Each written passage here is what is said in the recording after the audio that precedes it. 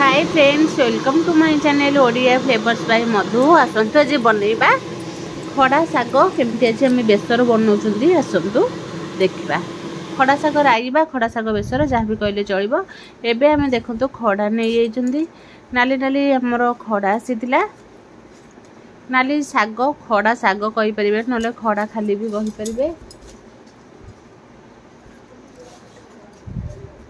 एबे आम ये शाग को कौन करबा खड़ा शाग को भल भाव बाछीदबा। बाछी देके तार खाली नाड़ी पकेबा आउ सब तार पत्र को आम फिंगीदबा। देखु एबे आम ये भाव सब नाड़ी को काटी देइजंती। एबे तार मूल को एमती आम ताको चोपा छड़ेकी एमती पकईजंती। मूल को आम खाइले बहुत बढ़िया लगे, मीठा मीठा लगे। एबे ता सहित आम पकेबा आलू कखारू बैगण जदि जह्नी सारू थी पकई भी पारे। एबे आम गैस को ऑन करदबा। ऑन कर सारा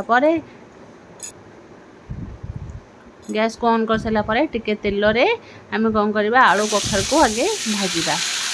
भल भाव धोई देइथिले। एबे कौन करबा आलू कखार को आगे भाजवा। बैगण आम सभा पछरे पकेबा।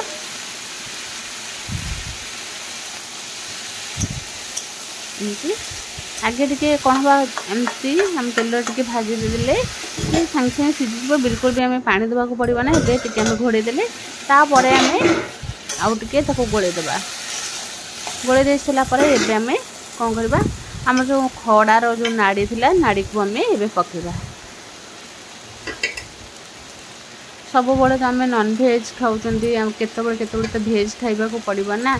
एमती आमर यही शाग गाँ गहली मिलूब कि एबे भी मार्केट रे भी मिलूचे शाग आकु भी आनिकी एमती भल भाव आम राई बनई पारिबा। एटा आम देह पई बहुत भल, खाइबा को तो बहुत बढ़िया लगिबो। एबे नाड़ी को पकेकी आम गोले देले। गोले दे सारा परे ताको घोड़े देथिले। घोड़े दे सारा परे एबे देखंतु आउ टिके ताको गोले देबा।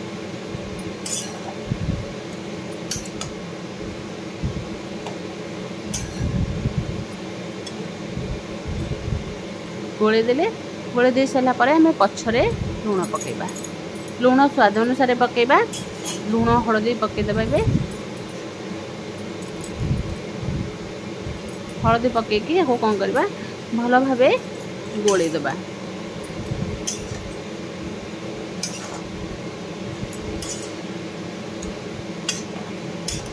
एमती भल भाव गोले देले आम कहीं खड़ा शागर पानी बाहर बिल्कुल भी भाव पानी देवा पड़ो ना।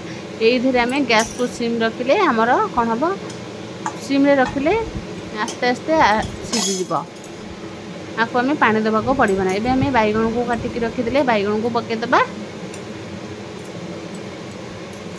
आ संगे जह्नी सारू थिले भी बहुत बढ़िया लगे एमती राई।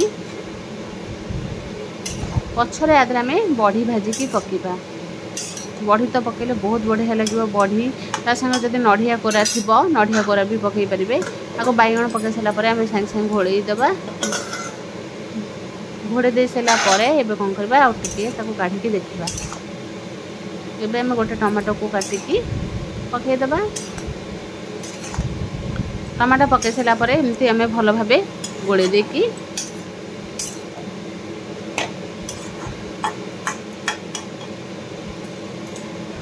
एबे आम घोड़े देले। घोड़े देवाई एबे आम बेसन जीरा एबे आम नहीं कंचा लंका 3टा सुखिला लंका 2टा रसुण एबे सोरिष 2 स्पून आउ जीरा 1 स्पून एतिके को भल भाव पेस्ट बनै देथिबा।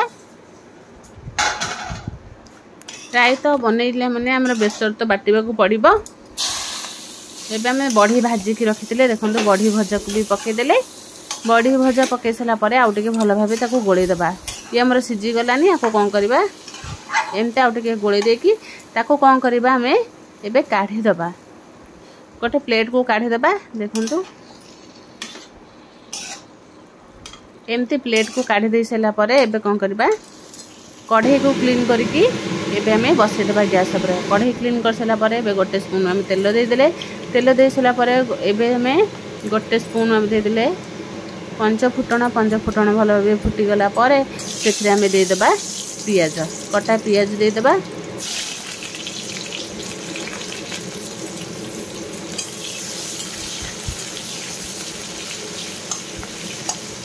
कटा पियाज पकई सारिकी भल भाव गोले देबा।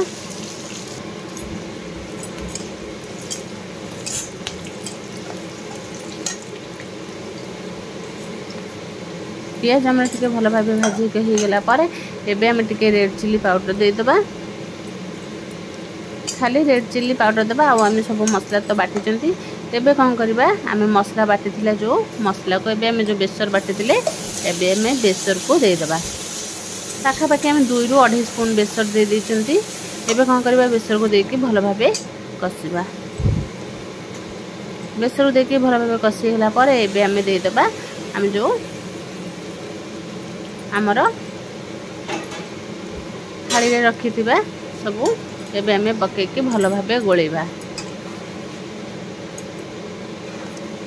एबे देखंतु भल भाव मसला देकरी आपको कौन करबा आधे आउ टिके खाली अल्प टिके पानी देदेबा कहीं मसला पकई मसला टिके परिवा सहित भल भाव मिसवा आम अल्प टिके खाली पानी देदेबा